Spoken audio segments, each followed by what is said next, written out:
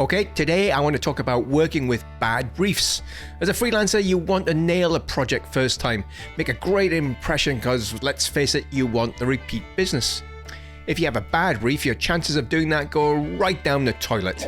Without the right information, how will you know how you've reached the client's goals? The answer is you can't. My name is Steve Girdlestone. I'm a copywriter and I help brands tell their stories. I want to share a real example to show you what I mean.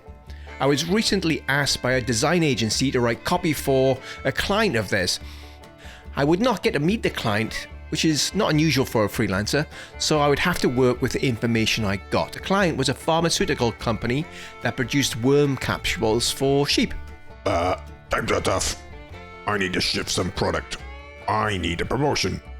It's a great idea.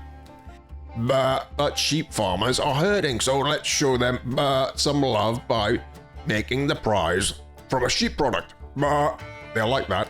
They will. How about giving them a wool blanket? Are you mad? I can't afford to give away every farmer a blanket. I'll make 300. Lovely. And we design a beautiful box to put it in. It'll be gorgeous. Very tasteful, nice type. Maybe a woolen type in a velvet box. But I want to sell capsules. Lots of capsules. How will farmers find out about it? No problem. We'll give it to a copywriter and he'll write one of those point of sale thingy-bobs. So, I got an email, not really a brief.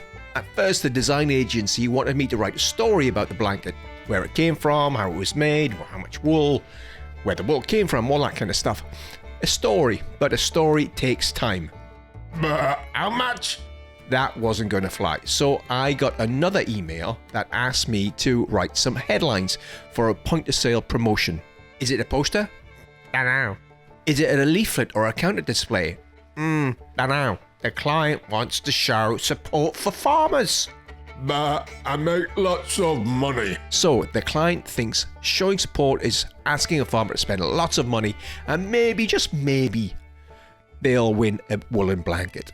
Yeah, just the thought of winning will make them feel all warm and cozy inside. Warm and cozy.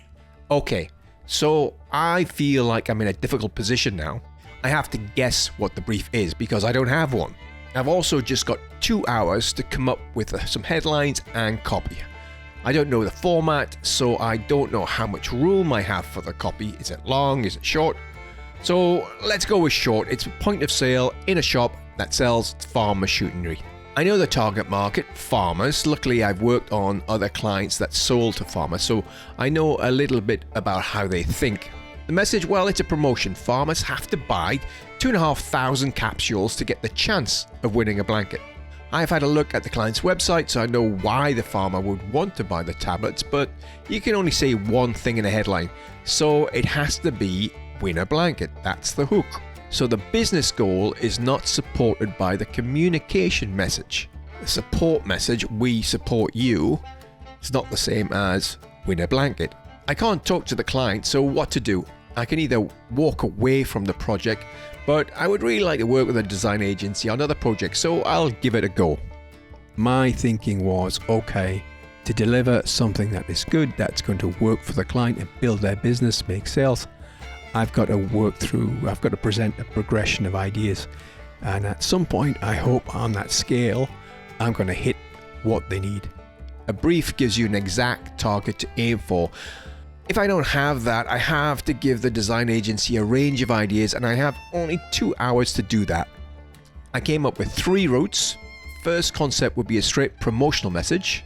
The second concept would have a support message to farmers up front with a promotional subhead. The third route was aimed to generate excitement about the promotion with the support message as a takeout. If you want to see the headlines and copy I came up with, there's a link in the description. Working like this is far from ideal. Always ask for a creative brief to steer you in the right direction. If you don't get one, write one yourself. You then at least give yourself a structure to sell your thought process back to your client. Next week, I'm going to talk about, hey, sound guy, wake up, hey, I'm working with complete amateurs here. I'm going to my trailer. If you want more copywriting tips, check out my channel and subscribe. Thanks a lot.